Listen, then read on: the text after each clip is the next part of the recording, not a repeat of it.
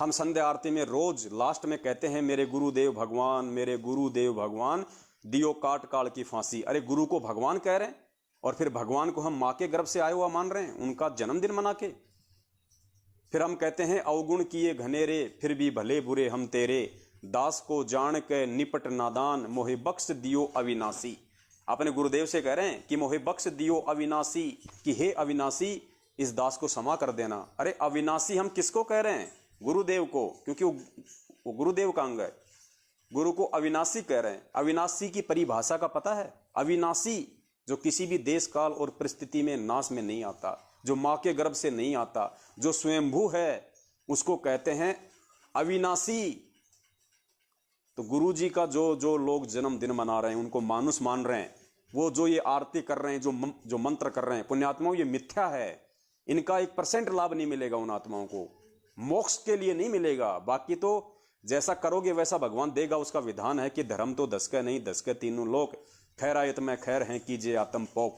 लेकिन मोक्ष नहीं मिलेगा, तुम्हारी भक्ति मोक्ष में तब तक काउंट नहीं होगी जब तक तुम गुरु को परमात्मा हृदय से नहीं मानोगे। तुम जुबान से तो मेरे गुरुदेव भगवान बोल रहे हो, उनको अविनाशी कह रहे हो, उनको सतगुरु कह रहे हो।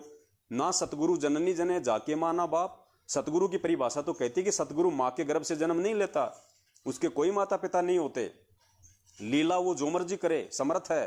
तो ना सतगुरु जननी जने और जाके माना बाप, उसी सतगुरु का तुम जन्मदिन मना रहे हो। ये दोगला आचरण है, ये दोगला आचरण है, दोगला आचरण। और ये दोगला आचरण करने वाला आगामी 2-3 साल के बाद जो महाविनाश का दौर शुरू हो रहा है, उसमें ऐसे जाएंगे जैसे गधे के सिर से सींग। परमात्मा नहीं बचाएगा। सुन लीजिए बंदी छोड़ का सत्संग और स्वयं निर्णय कर लेना।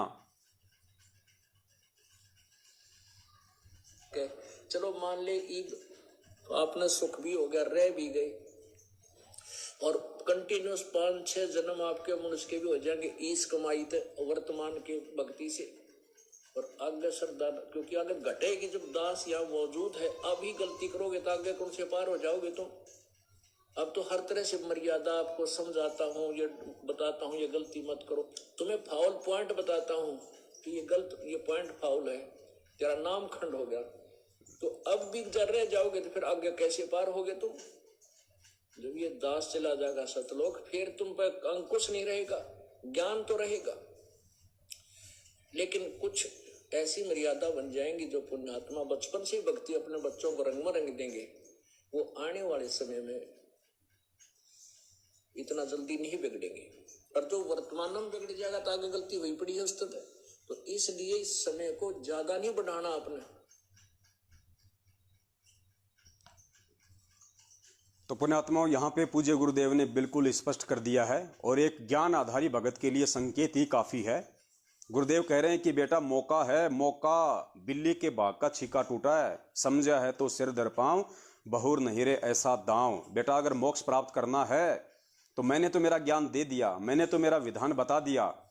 अब ये तेरे ऊपर निर्भर करता है, तू कितनी हिम्मत करता है, तू कितना साहस दिखाता है, तू कितना ज्ञान को आधार बनाता है, तू कितना मेरे प्रति समर्पित होता है। अब ये तेरे ऊपर निर्भर करता है, इससे ज्यादा मैं और कुछ नहीं कर पाऊंगा तेरे लिए। वो मौका दिया था जयपुर वाली आत्माओं को परमात्मा ने, अपने आप को एक सच्चा भगत साबित करने का, अपने आप को सतगुरु के प्रति पूर्णतया समर्पित एक भगत साबित करने का गुरुदेव ने उन जयपुर वाली आत्माओं को मौका दिया था। चूक गए पुण्यात्माओं, चूक गए पुण्यात्माओं। आप अब वही बात है, दास इतने वीडियो बना चुका है, दास इस प्रकार से समझा चुका है, कहीं कोई शक और संदेह की कोई गुंजाइश ही नहीं होनी चाहिए।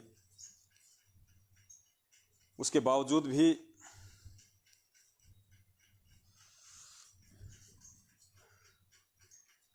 पुण्यात्मा वर्तमान में आप और हमारे जीवन में जो भी घटनाएं घटित होंगी, ये घटनाएं आप और हमारे एग्जाम के लिए होंगी, आप और हमारी परीक्षाएं ली जाएंगी गुरुदेव के द्वारा।